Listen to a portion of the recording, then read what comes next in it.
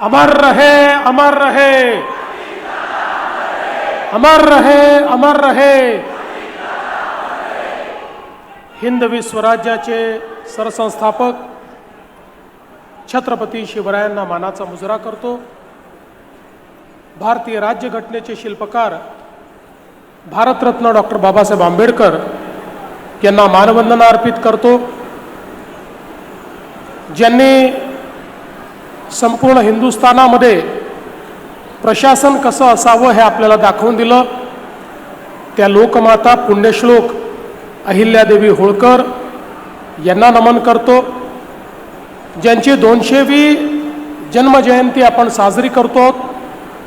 ते महात्मा ज्योतिबा फुले, क्रांतिज्योती सावित्रीबाई फुले यांनाही नमन करतो।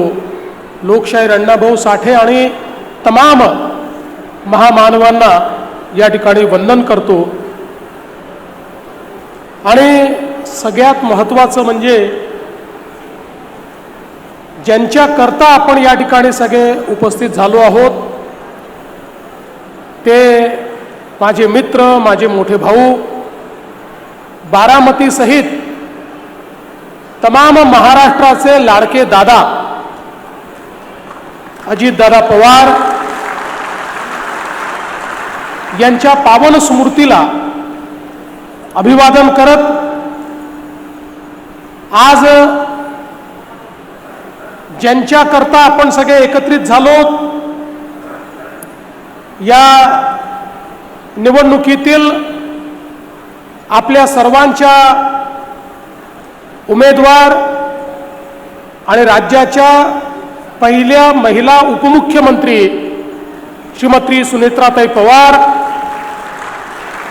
आदरणीय रामदास आठवलेजी, छगन भुजबळजी, सुनील तटकरेजी, प्रफुल्ल पटेलजी, हसन मुश्रीफजी, दिलीपराव वळसे पाटील, उदय सामंतजी, दत्तामामा भरणेजी, धनंजय मुंडेजी, मकरंद पाटीलजी, रामराव वडकुतेजी, बाबासाहेब पाटीलजी, इंद्रनील नाईकजी, संजय बनसोडेजी, राहुल कुलजी, हर्षवर्धन पाटीलजी, सुबोध मोहितेजी, बाळासाहेब गावडेजी, वीर धवल जगदाळेजी, वासुदेव नाना काळे, सचिन सातव, परशुरामजी वाडेकर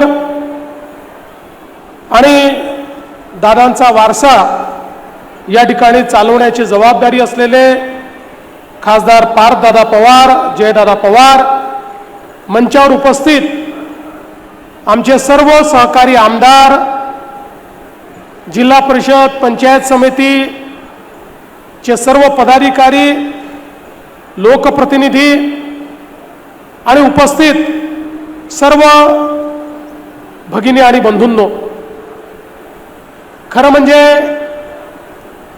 सर्वात पहिल्यांदा मी विविध पक्षांचे आभार मानेन की या सर्व पक्षांनी हा निर्णय केला की अजितदादांच्या पश्चात ही निवडणूक होते आणि महाराष्ट्राच्या संस्कृतीमध्ये आपण अनेक वेळा हे बघितलेलं आहे की अशा प्रकारचे ज्येष्ठ नेते, मोठे नेते हे आपल्यातनं निघून गेल्यानंतर होणारी पोटनिवडणूक ही साधारणपणे आपण बिनविरोध त्या ठिकाणी करतो। आणि म्हणूनच मी शरद पवार साहेबांचे देखील आभार मानतो। कालही त्यांनी मला फोन केला आणि सांगितलं तुम्ही बारामतीला चाललात, आमचं पूर्ण समर्थन हे सुनेत्राताईंना आहे।